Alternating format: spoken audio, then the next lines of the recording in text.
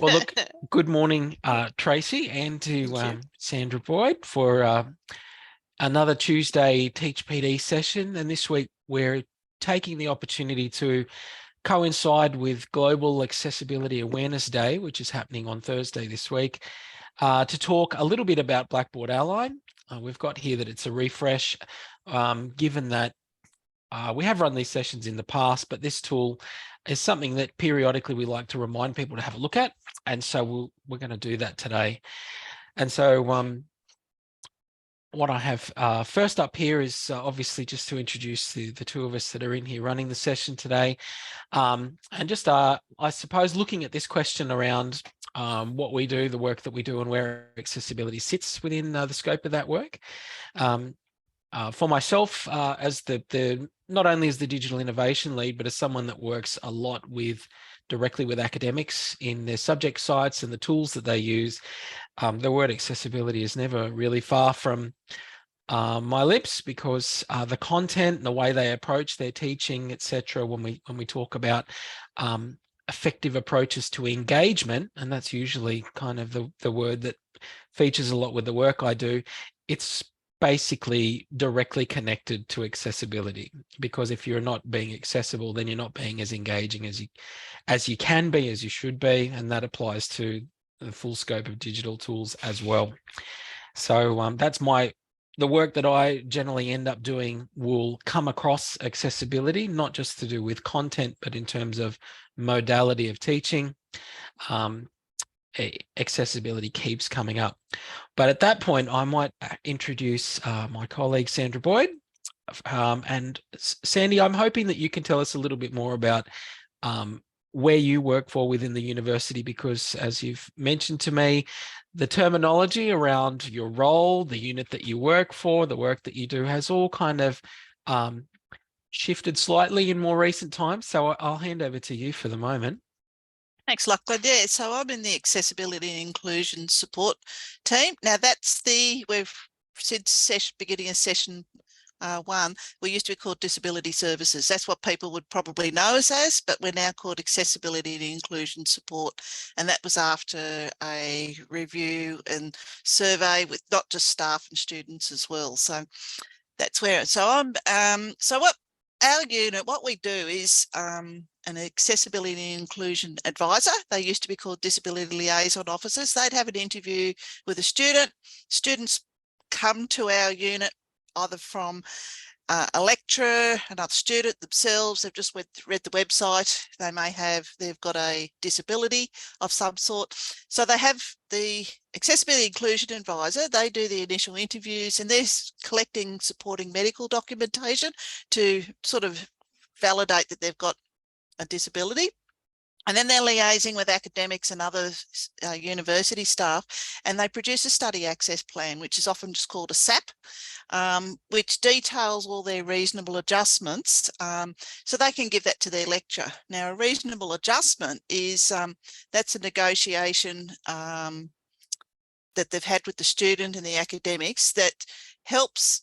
It's when a student with a condition of their disability impacts their study. So that we produce an reasonable adjustment to their study. And that could be anything from just extra time an exam or being able to eat an exam like a diabetic, to something like audio transcription for a lecture, an online meeting or video, or even providing print material. So there's all variety. That's just a variety of things.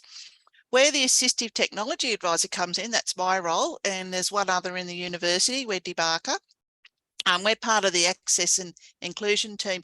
If the Accessibility and Inclusion Advisor, and these are really hard to say these now, these titles, if they think that a student may benefit from assistive technology support, then they're referred to us and we have an interview with the student as well.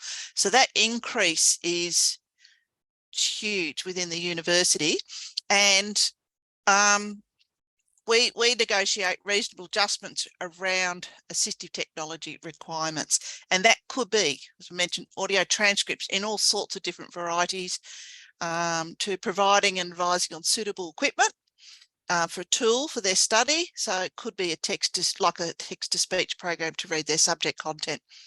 And I think surprisingly, people would find the highest support for students is students with it's now mental health illness and or a neurodiverse condition like ADHD, Asperger syndrome, autism spectrum disorder.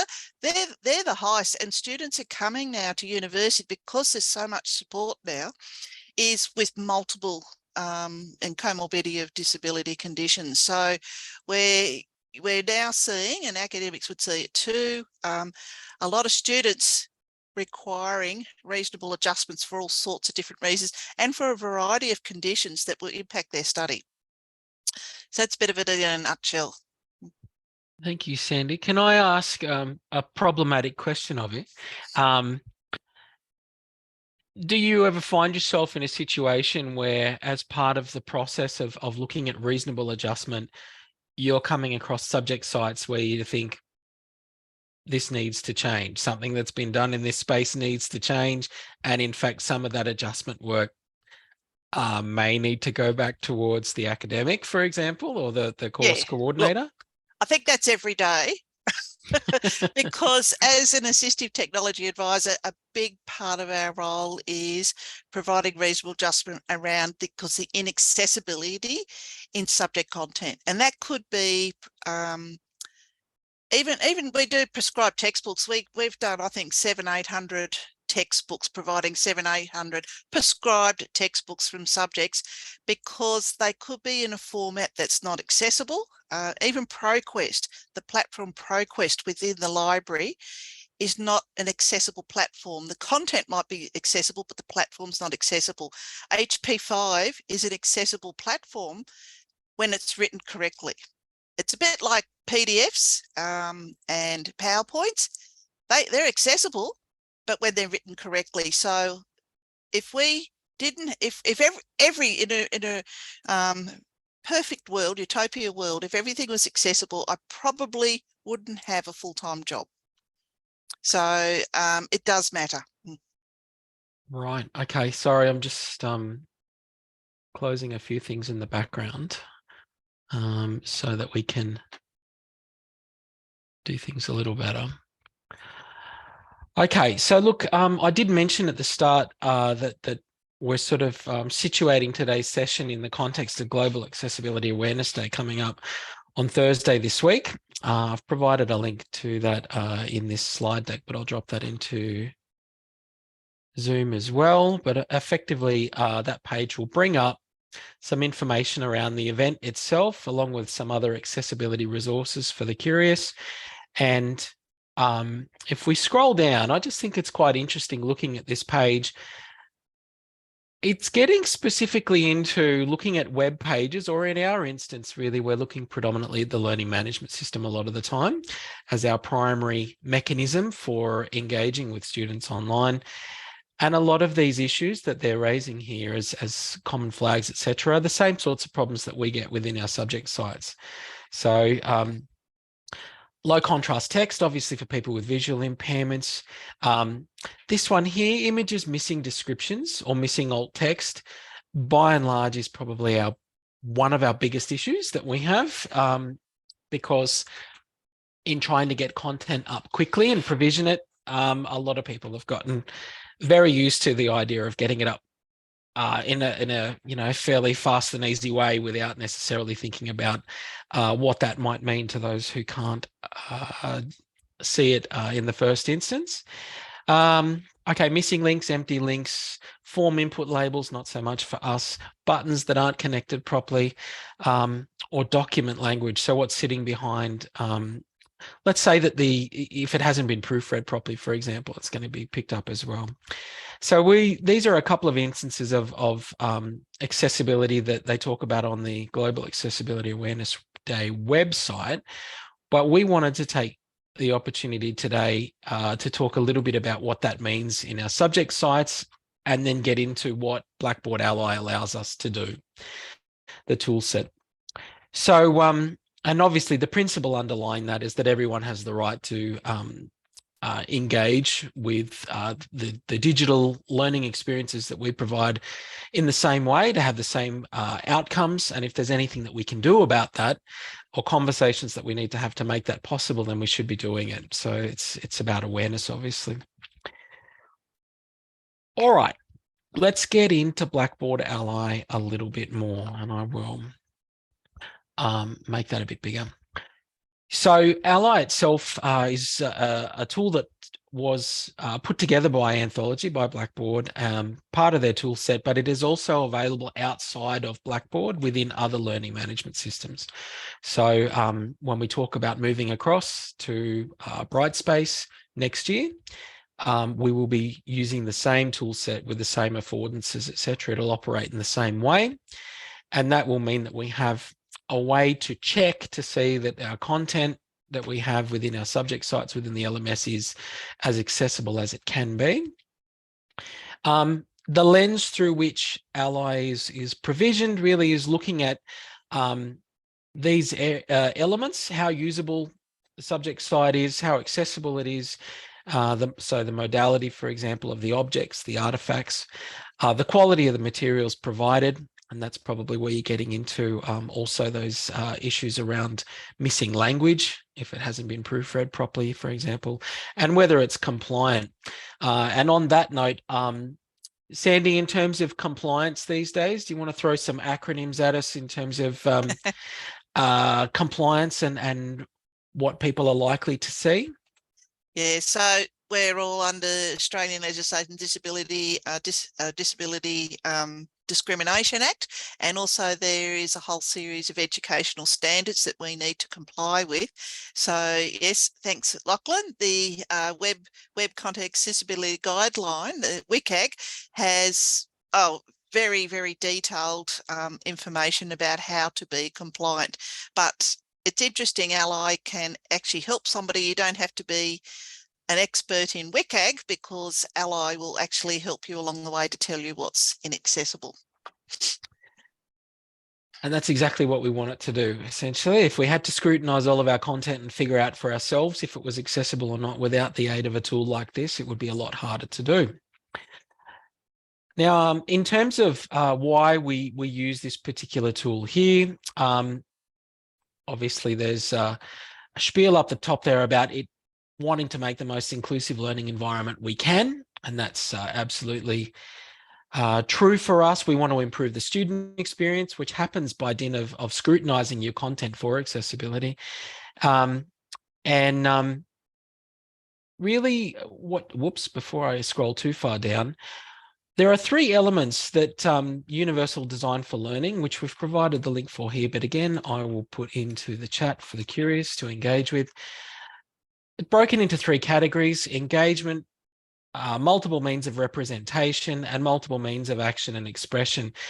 And really, Ally focuses on this first element around engagement, because that's the way that we are providing the content. And if we have a look into the toolset itself, and I promise we will get into what it actually does and how it works very shortly. The toolset itself for the students, facing the students, really centers around modality. So as far as their experience goes, they can engage with the content that we provide them and decide if it's in the most convenient way for them to engage with, the most effective way to them to learn, and make decisions around whether or not they want alternatives to that. And so what that means, moving away from some PowerPoint slides into some sites, let's have a look. If we have a look at a subject site, for example, and I turn on the student preview, the way that students experience Blackboard Ally, if they move into different, let's go into some learning modules, for example. What we're going to see next to every content item is this alternative formats icon, which sits beside it. The student can then click on that, and they get the option to download a bunch of different alternative formats. EPUB, if they're using an e-reader, for example. Interestingly enough, EPUB is probably one of the more useful ways of being able to mark up and annotate content. It allows you to highlight and annotate materials if you've got a reader and you're wanting to do it away from a computer screen, for example, and maybe on a mobile device. So it can be quite useful. Braille version, obviously, for those with visual impairments, if they're using those. Audio versions, if they want to get the MP3, let's have a listen and see what that actually sounds like. And I think what I might do is turn on the sound so you can hear what I'm hearing. So if we grab an audio version of this content and hit download,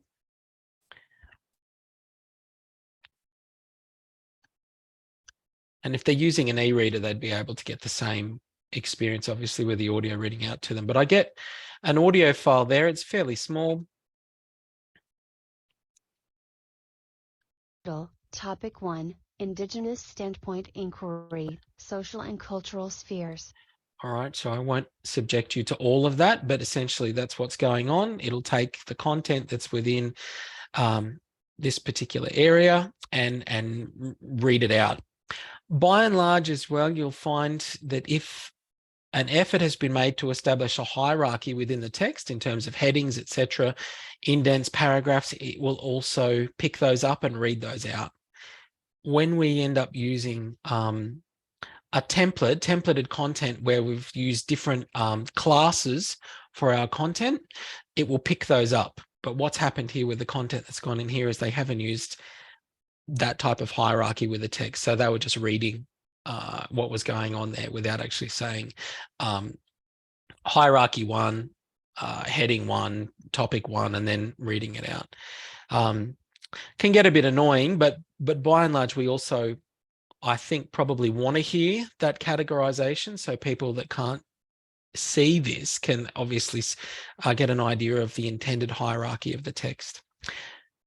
The other formats available. Sorry, go ahead, Can I Sandra. just add, Lachlan, to that? Like MP3, you're thinking, why would a student just want to listen to an MP3 of their content? If you think about the flexibility in study these days, this is just like for all students. Imagine like the student has read it once on there and they've read it on their screen device, iPad or whatever, and then they want to continue, they want to go over the content again, turn it to an MP3, and they can do it while they're driving. So having that hierarchy of headings, and that will also help them visualize what it's going to look like sort of in their head. So, you know, all those commuting on public transport, I think particularly reading, you know, exercising and all that, it just increases that flexibility of study as well. So this is where things like this are beneficial. It's not just students, even though I work in the disability area, it's beneficial for all students. Yeah, it's a really good point. I think for me, it opens a slight can of worms. From my point of view, if I get into modality and multimodality of content, which we do all the time, I'll turn around and say straight away, that one file that the person's listening to, for example, is accessed by clicking on this one area. It's only a short bit of text into audio. So it requires someone to go in and click within each section or to get all of the individual MP3 files. I'm like, no good. What we want is effectively, if all the content was all together in one content item, which we don't do with any of our content within our learning modules, then the MP3 would be perfect. You could just play through it and it would go from where to go, and I could get into the car, or in the same way that a podcast works effectively. So absolutely. And we have to focus on those, making the content available in different ways. But this is only as effective as someone thinking about how much content and what content's going into that particular section is in the first instance. So in principle, absolutely. In effect, more thought obviously has to go into it. And it's why in a lot of subjects as well, academics take the time to put together audio recordings, podcasts, and other things to scaffold the text material that's there for that modality as well. So yeah, I appreciate the intent that's behind it, but I just think sometimes because of the way we've taken to templating and organizing text content, it prohibits effective multimodality like that. Anyway, I'm sure we could go on into that particular little chestnut more if we wanted to. All right. A beeline reader is a faster way of screen reading. And if you're using a screen reader, to be honest, you probably wouldn't be using the beeline reader. Your own screen reader does the same thing. The immersive reader is quite interesting. It says that it requires an internet connection, but if you open this, it will open the content within a web page. And what you get at that point is, firstly, down the bottom, the option to read through it. Topic 1, Indigenous Standpoint Inquiry, Social. And so you can read through that, get the audio playback, but it will also allow you to then engage with the text in different ways. And you'll see also that you can change the way that the text is appearing for you if you're wanting that to appear in more different kind of contrast ways, font sizes, etc. You can also then ask it to do a bit of a grammatical breakdown of the text for you. Now, obviously, if you're familiar with tools like Grammarly and other things, we've got other tools that will engage with this sort of stuff and probably far more effective. But this is having a crack at different elements of accessibility, and will allow you then to turn on and off different parts of speech if you're so inclined to wanting to have those pointed out to you. And you can also turn on different options for how you want the reading to the text to be displayed. If you want only single lines at a time to be displayed as you're going through them, or as you're having it played back, or multiple. So I don't know. I think if maybe they keep going down this path and getting into more options for how the text is particularly displayed, it could be a good thing.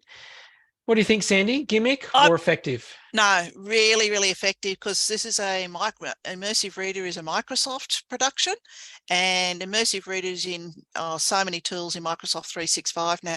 If you also notice, besides all I think the nouns and the symbols, I think that might be more effective for younger students. I'm not sure about at higher education level, but some of the other things, you notice it's removed all the clutter. So everything, so the student can focus on just the bit they need to read. It's removed all that clutter as well. So I think that, and also you can get page coloring, which affects a lot of students don't like that whiteness, and so you can change the color of the page as well. And I like this, see this focusing on what you're reading. You know, you can go to 1 to 3 lines at a time. I don't think it's a gimmick. I actually think it's really good.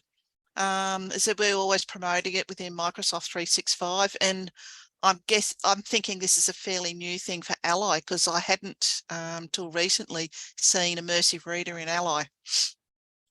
The options that Lachlan's showing within the alternate formats is determined. It's not that you won't see the same options for every type of format, so it depends on the type of format from the original content.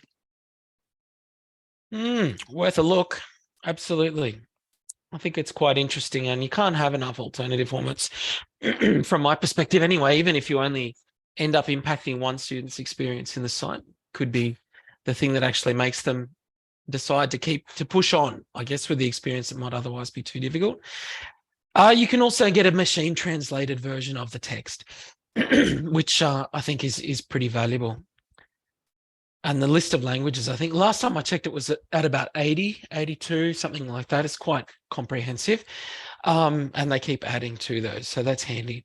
So that's for any, pardon me, I have a slight dry throat. Anything that's within a content area within the LMS. Okay, so we're looking at how the students experience the site, and it predominantly comes down to alternative formats. It's important, I think, also for us to look at, obviously, the teacher experience and what that means for them. So if we jump out of the student view, now the way that... Sorry, quick question on that before we go back. Please. The immersive reader, so if students are not registered with accessibility and inclusion, is there some other portion of the university or somewhere that somehow that students know about those accessible formats and what they are and what they do? Or is it just, you know, luck of the draw that I click on the button and go, oh? At the moment, it is a bit luck of the draw, but that is in development. That's been one of my projects, and it will be built into it will be definitely be live this year into the student portal, and then access. This is where do you attach it to the disability unit, but it's actually things. It's going to be also free and shareware common software solutions. Like there's lots and lots of text to speech programs out there now that, you know, just as Chrome extensions and screen maskers and all sorts of things, but where to put it in the student portal is sort of a big question. At the moment, we were saying in the disability area, but it'll be for all students. I would suggest that it would be a great little item to actually include in orientation. Yeah, that'd be great. And, you know, like it could go with somewhere near academic skills as well. So yeah, academic skills, library. Yeah. And there's a whole heap of places it could go, but I would be putting it in, having come from DSS, I'd be putting it in orientation. I think it's something that people won't even realise they need, but they'll see things in it. Yes. Just looking at that alternative formats component as part of orientation. Yep, good point. I'll make that. Thanks, Tracy.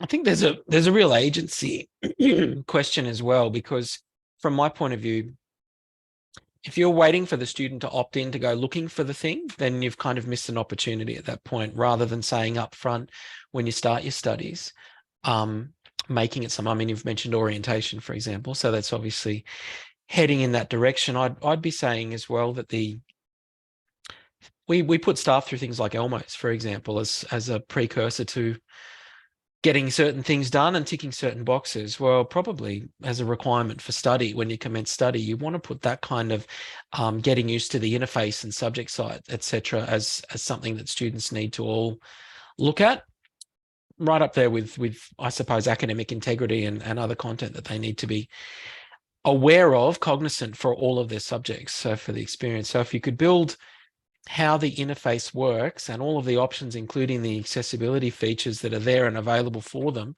as Sandra mentioned as well, it's a feature for all students, not just those that are registered as such as requiring assistance. Why not put it in front of them from the get-go? So it is visible to them if they're looking at it and clicking on it, but I think we can go a step further and make it part of acknowledging that they know how to use the entire interface within a subject site. Maybe that's something that becomes easier for us to do when everyone has to shift across to a new learning management system and get used to that experience. There's an opportunity there, particularly since all of the training for both teachers and students is something that's being conceptualized. I better close Teams before more colleagues ask me for coffee. That's right. Tell Beck, we'll all come. Yeah, we'll all come back. That's it. It'd be interesting. I know we get a few inquiries from students going, "What's the little A next to our content?" So I imagine there'd be lots of students asking their lecturers, "What's the little A there?" And you know what? Too, that would come up. And I've been a student myself and clicked on it and gone, "Oh!" And it's only that I'm a curious person that I click on more than one. But a lot of people would just see something that they kind of understand what it is, have a look at that, go, "Oh yeah, I get it," and then pack it away. But the reality of that immersive reader for a start, which is the big one, I think, that supports more people than we could, you know, put a number to, is sort of down the bottom of the list. There wouldn't be many people who get down that far and go, "Oh, what does this one do?" Yeah, if they don't know what it does, then are they gonna go that far and into exactly. it? Yeah. I think as well that we lose track of. We're so keen to try and find a homogenous, one-size-fits-all approach to how we experience the LMS and how students experience the LMS, that we overlook the opportunity sometimes with things like the fact that one of the best ways that people still like to engage with learning online is to actually get a hard copy of it. For example, it's an insane thing, or something to listen to, an audio version of it, a hard copy of it. Certainly with assessments and things, people still want to be able to mark things up and write all over them, engage with them in different ways. How much of that can you do when it sits just inside a subject site? It's until you start prodding the bear and looking for alternatives that, we don't really uncover those. I'll just say, Lachlan, we have we have students who've got specific conditions that they need to print things. People with severe migraine who get triggered from looking at monitors all the time. They want to study, and they might have to but they often require, because they need to print out everything. We need to be able to go into a subject site and print out some of this content, and often it is just the way it's structured. Sometimes it's difficult.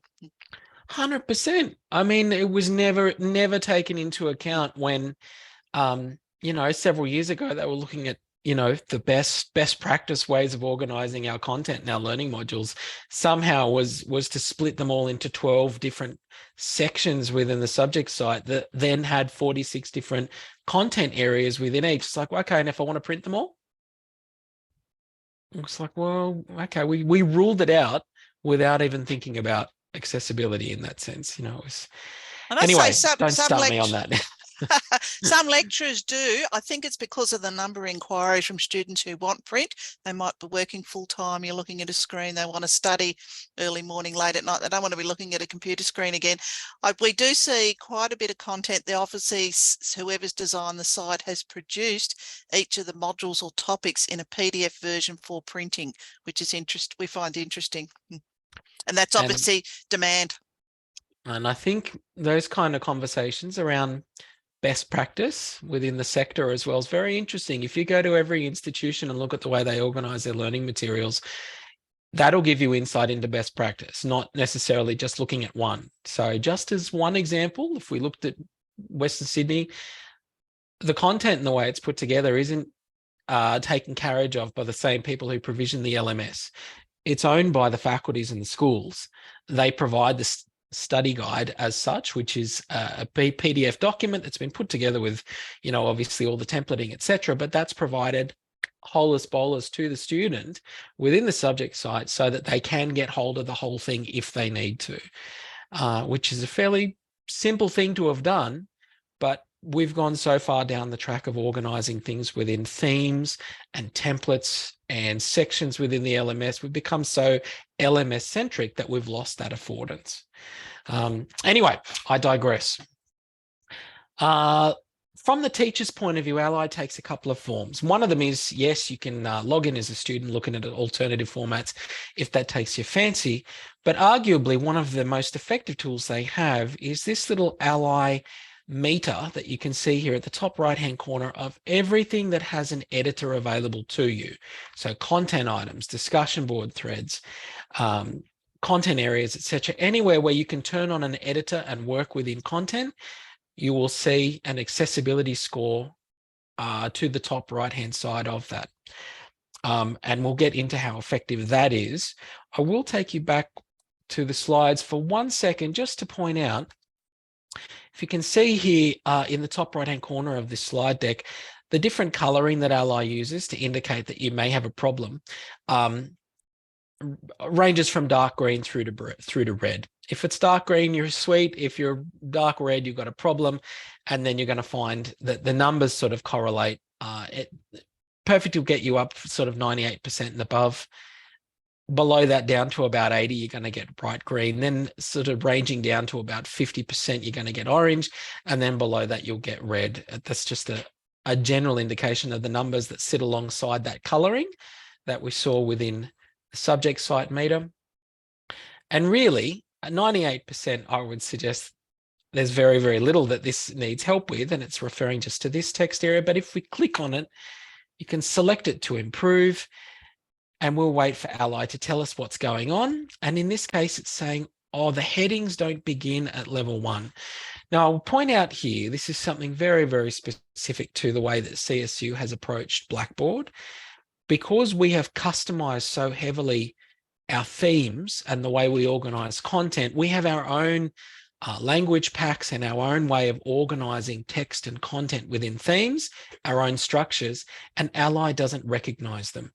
It likes to work with the native set that comes with Blackboard. We don't use it. So it's saying, oh, these headings, they're not level 1, so we can't call them a level 1 heading, or so we've got an issue with it. So that's my way of saying, don't stress too much at all if you see this particular problem cropping up in your subject sites as an accessibility problem. It's simply Ally not gelling with the way that CSU has approached organising templates, text, headings, etc. within Blackboard. You're going to see it a lot. I'm telling you that. If you've worked with templating of your content and subject sites, you're going to see that message a fair bit. If, however, we were to go to a section that had maybe something that needed work, let's see if I can find one in here. Here we go. So we have here at the moment an image that has been dropped within this content item. And this is a learning module tool, but it still has an editable text description area. So if I turn on the editor,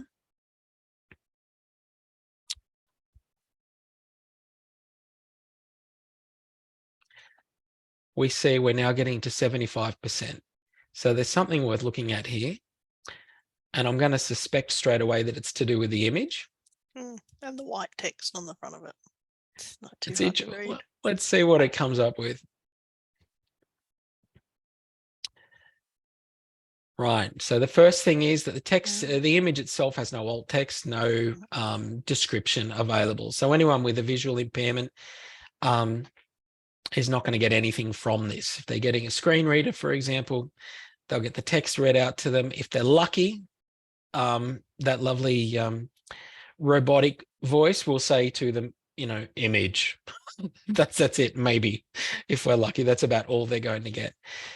Can I just add, Lachlan, and this is not, if you put a description in there, and obviously for this it would be acknowledgement of country, we'd just put the actual wording in as the description, because it's not just, you've got to go out, it's not just students with vision impairment this is impacting, it's anybody using screen readers, text to speech programs. They can visually see it, but maybe they're, you know, the reason they've got, there's different conditions and different reasons why people want to hear the text. So it's not just for students with a vision impairment either.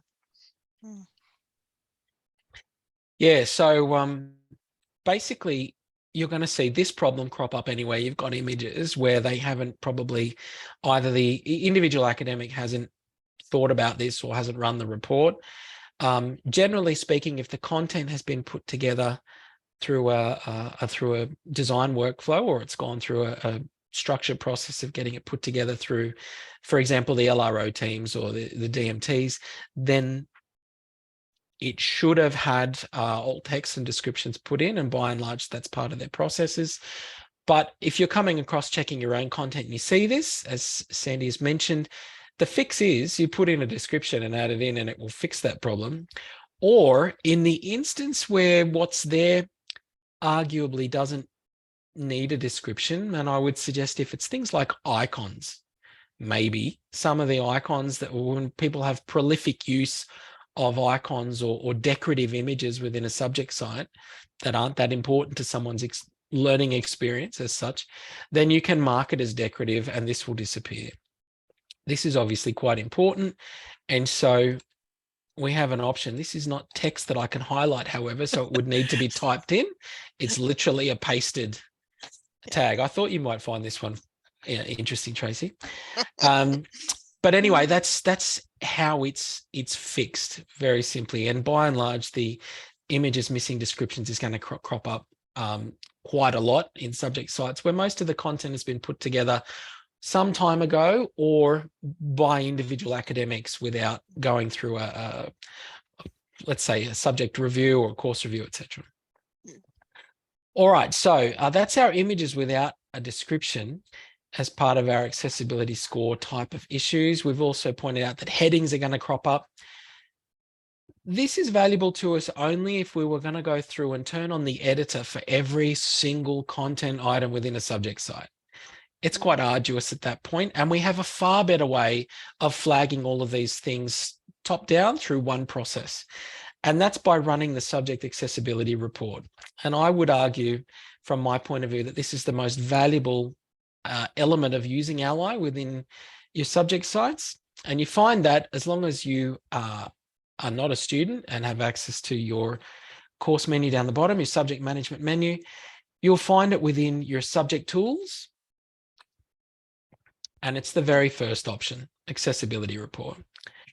when we run the accessibility report, it takes a few moments to generate. It's not too long. And we'll see straight away that what we're getting here is a listing of the issues that it's found. And also it'll prioritize those for us as well with things that are easy for us to fix. If we click on start, it'll tell us, right, there are images. We're getting a 7% score for this. You can click on each of them. It'll open them up and you can fix them on the fly. For example, missing a description. There we go again. Right. So you can go through each of those and we're going to probably find it's the same thing for each. Just find the Uluru statement somewhere and copy and paste it into that little box, because again, missing a description, etc., etc. Now, yeah. if it's, you know, you can decide on the appropriateness of the description.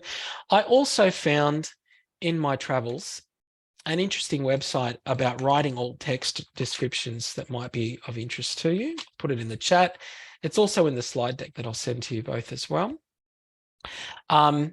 But it also gives some guidelines around how to write effective descriptions, which I think can be quite valuable. Anyway, getting back to our report. Where is it? Here we go. Image, image, image, image, image, image, image. So you'll see that this is going to be by and large the easiest way to fix the most obvious issues that we have. Is going to come up with quick fixes like putting in descriptions. Now, you can see at this point that for me to get back to the report itself, no, that's not doing it. I'll just hit the back arrow and see how we go. Not so much. There we go. I was hoping there would be just a single click back to the report. But anyway, it's telling us that overall the subject site gets an 87% score for accessibility, which is not terrible. I think I'll flag it as that. I think it's still relatively easy to increase that quickly and easily by putting descriptions in for all those images. But if we go down to this second section, low scoring content, if we have a look, is it the same thing? First one being an image, definitely is going to be a description, but underneath we've also got PDF documents in there with issues. So what do you think before I open it, the type of issues we might have with PDFs might be? Anybody? Are they not reading the format properly? Or Maybe. Sandy, what do you reckon? It could be a image PDF, so it's not text-based, or probably not a structured PDF, it's not tagged. That's what we're getting at. So a lot of the time you're going to find people have scanned something, which is a wonderful thing that we can do if we've got access to photocopiers and things that'll scan things straight to file. Wonderful. Put it in there. At that point, it's picking up that it's a PDF, but it doesn't really have any other information around it. All right, so let's have a look.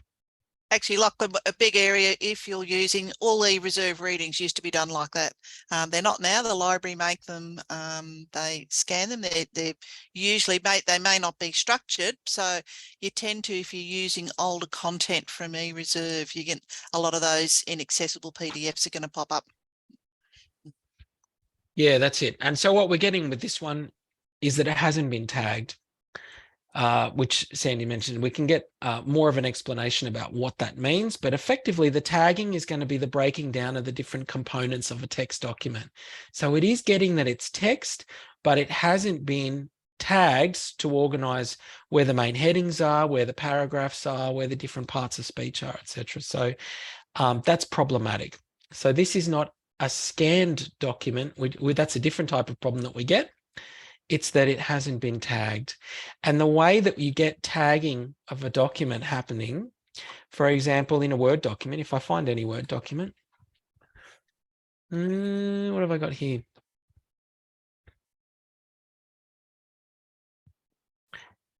Come on, Word. Teams protocols. That's exciting. Let's get that. All right. So let's say we've got a Word version of something and we're getting this message of a PDF in there that's untagged. Firstly, I need to get it back to Word so that I can work on it. And then if I go into saving as, changing this to PDF, and now what we need to get, we've got here that it's already flagging within Word that it's got accessibility problems. but I can get into further options in the PDF. And what we're looking for is something to do with tagging.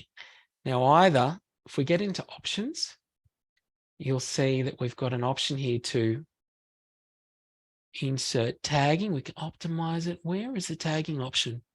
There's got document structure there, just above options. Structure for tag. It's already turned on. Okay, so that's Yep. that. I was thinking that I was looking for it not to be checked so I could check it, but it's already checked. So at this point in time, if I was to have gotten my PDF that we have problems with and downloaded it, put it through Word, for example, and then saved it as a tagged PDF, we could then replace the file with a tagged version. So you can't do much with a PDF when it has this problem here. You've got to replace the file. It's the only way to fix it. You can't fix it in situ as such. If it's a Word document and things, it's a little bit easier to work with. So that's where it's missing tagging.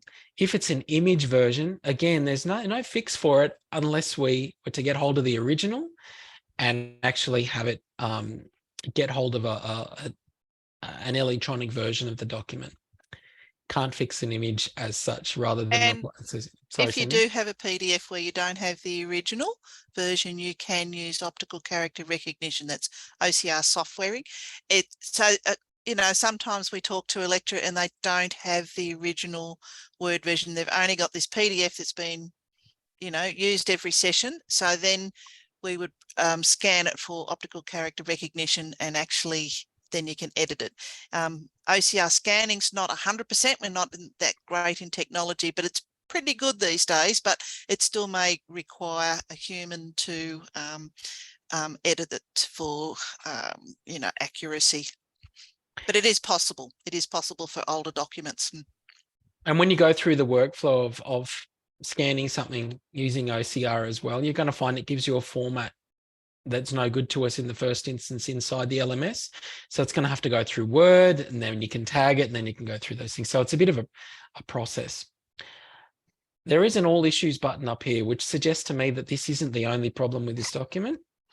If we click on that, we're also getting a message about contrast within the document.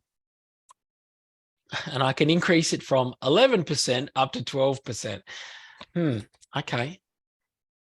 And in fact, the problem with the contrast is to do with an icon, to do with the publisher down the bottom. So I don't know that I'm going to bother with that as such, but there you go. The all issues button will tell you if there's more than one problem with this. We got any other quick fixes? What's going on with this one? Again, untagged and contrast. So exactly the same deal. Okay. I had hoped that maybe we'd get some with scanning images, but unfortunately, what we don't get in this dashboard, I suppose, is a single word description of what the issue is. It just tells us that there's a problem with these files, and then we can open them up and address those issues. So yeah, the subject accessibility report. You may remember as well, for those within DLT at least, Tracy, there was a message about the best 15 subject sites in terms of accessibility scores. That was done last week. Yeah. And I think that all of those subject sites had scores for the whole site over 98%, 95 to 98%. 95%. 95.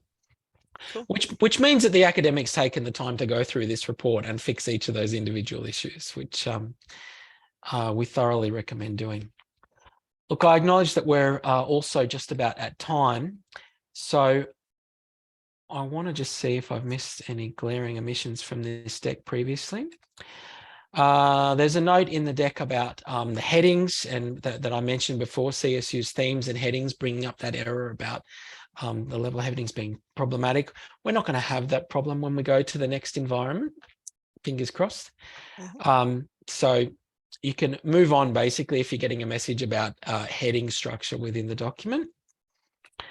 The subject accessibility report that we looked at, it does allow you to get the top-down view of all the problems that you have within the subject site. And then the final slide I've put in there as well, the link to the better descriptions I've given you. Yep. The DLT website around Ally is actually remarkably detailed. I shouldn't say it and sound quite so surprised, but it is pretty good because it's basically provided all of the links to additional Ally resources.